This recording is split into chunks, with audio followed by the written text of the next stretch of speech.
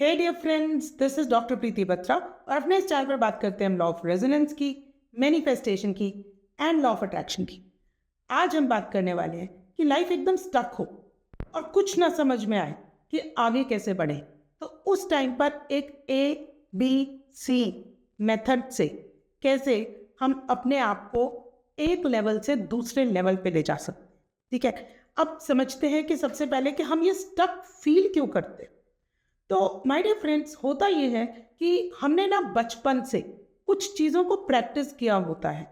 मैं ये नहीं कह रही हूँ कि हमने कुछ काम प्रैक्टिस किए होते हैं, हमने कुछ फीलिंग्स प्रैक्टिस की हुई होती है।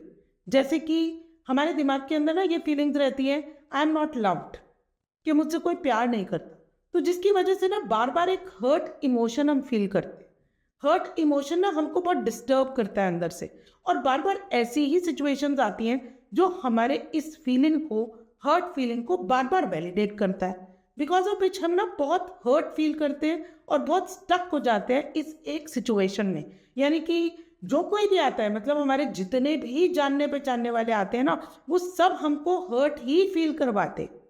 और ऐसा इसलिए हो रहा होता है क्योंकि हमने बचपन में कभी इस हर्ट फीलिंग को सीख लिया था और उसके बाद उसको इतना प्रैक्टिस किया कि ये जो फीलिंग ऑफ हर्ट है ना, ये हमारा एक रिस्पॉन्स बन गई, नेचुरल फीलिंग बन गई। और जैसे ये नेचुरल फीलिंग बनी, उसी टाइप की सिचुएशन, उसी टाइप के लोग हमने अट्रैक्ट करने शुरू कर दिए। आप नोटिस करके देखिए, क्या आपके दिमाग में भी ये वाली फीलिंग आती है दैट आई एम हर्ट और आई एम नॉट लव्ड?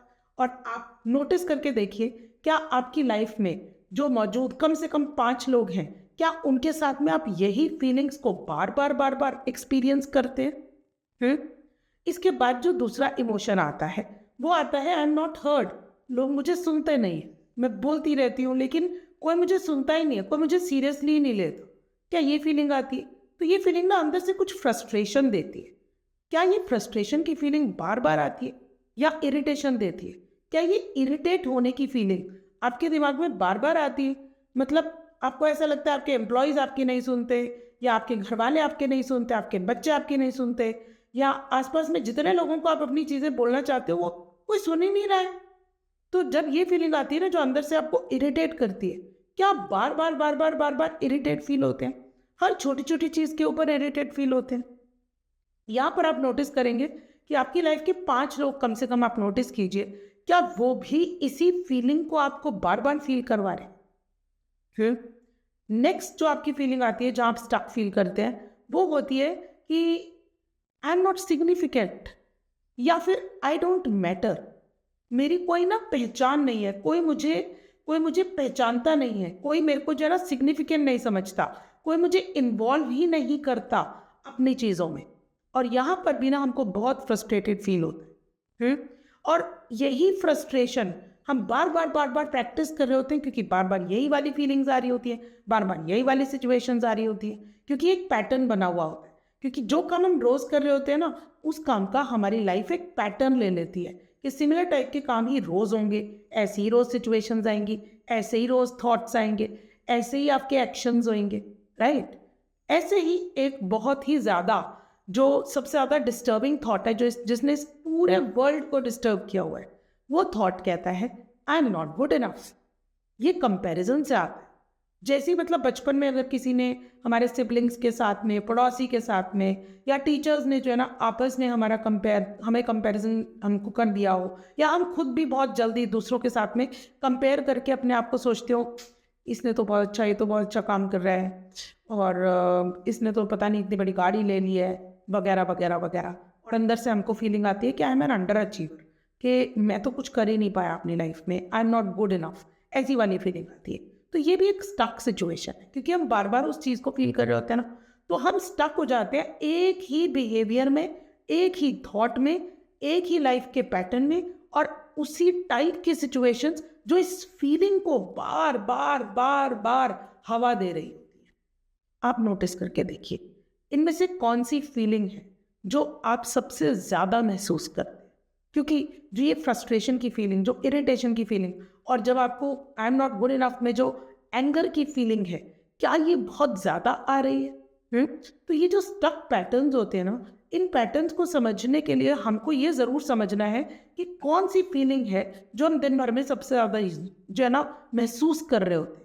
जिस फीलिंग को हम सबसे ज़्यादा ले रहे होते हैं ना, हमारी लाइफ हमको उसी फीलिंग से रिलेटेड सिचुएशंस हमारे लिए एविडेंस के रूप में पैदा करके देती रहती है, क्योंकि हमारा सबकॉन्शियस माइंड वही क्रिएट करता है जो हम बार बार फील कर रहे होते हैं, भले कॉन्शियसली या अनकॉन्शियसली। यानी हमें पता भी नहीं चलता और हमारी लाइफ हमारे लिए वो सब क्रिएट कर देती है जो हम नहीं चाहते हैं, क्योंकि हम ये वाली फीलिंग तो चाहते नहीं है ना, बस ये तो हो रहा होता है। और ये हो इसलिए रहा होता है क्योंकि हमने इस फीलिंग की इतनी प्रैक्टिस की होती है कि हमारे सबकॉन्शियस माइंड को हमारे लिए ये लगता है कि हमको ये फीलिंग चाहिए, इसलिए तो हम बार बार प्रैक्टिस कर रहे हैं।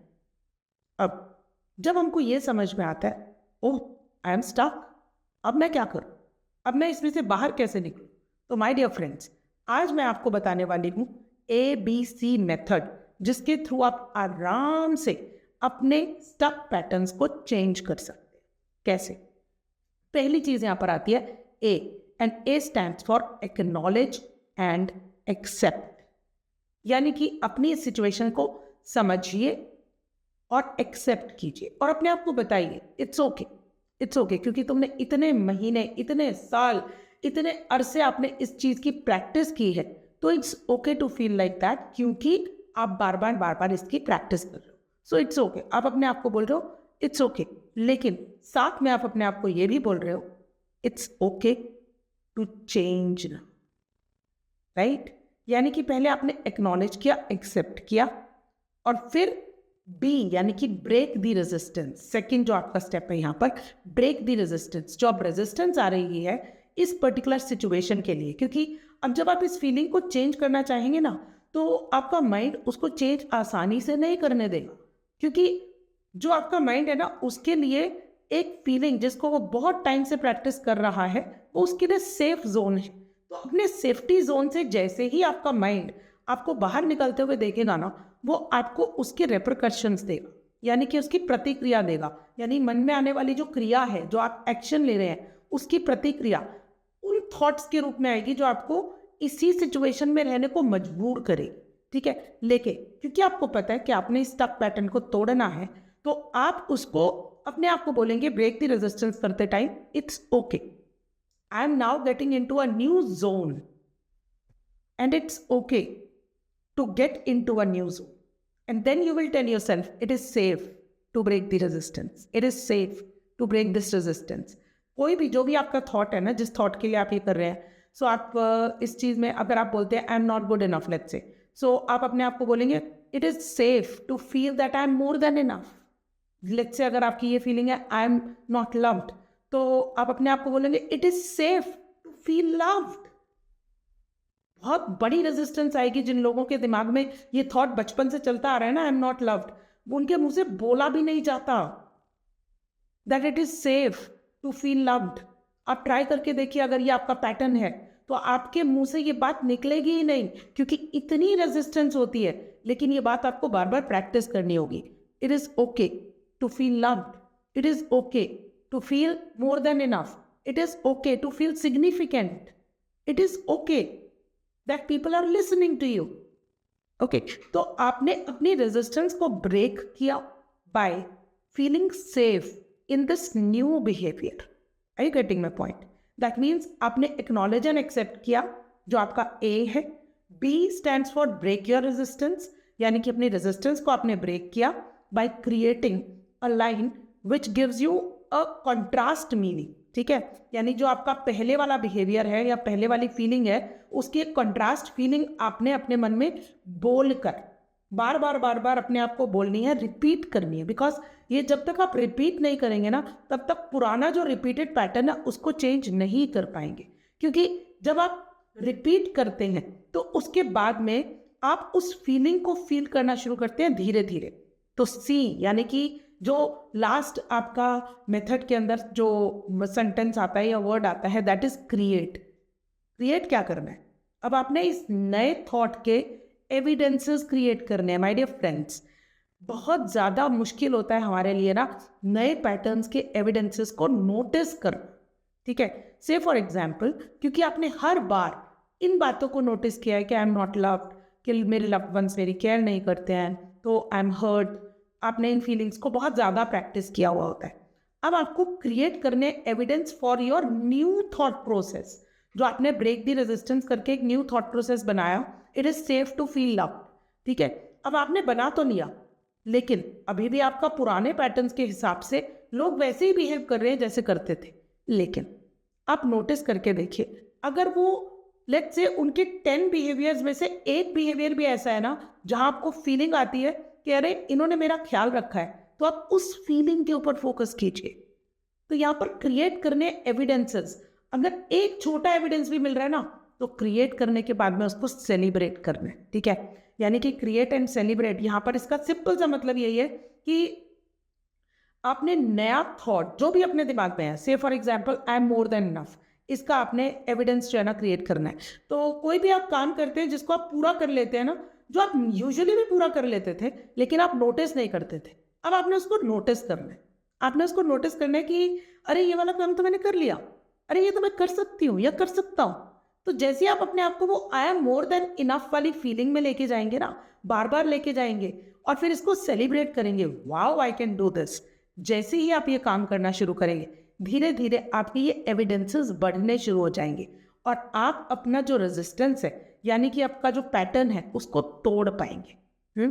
इसको करने के लिए आप इस मेथड को प्लीज़ यूज़ कीजिए, क्योंकि मैनिफेस्टेशन जर्नी में यही मेथड बार बार अलग अलग तरीकों से इस्तेमाल होता है। Acknowledge and accept, break your resistance, create the new evidences and celebrate your win. जो आपका सी है, that stands for create and celebrate, B stands for break your resistance, and A stands for acknowledge and acceptance.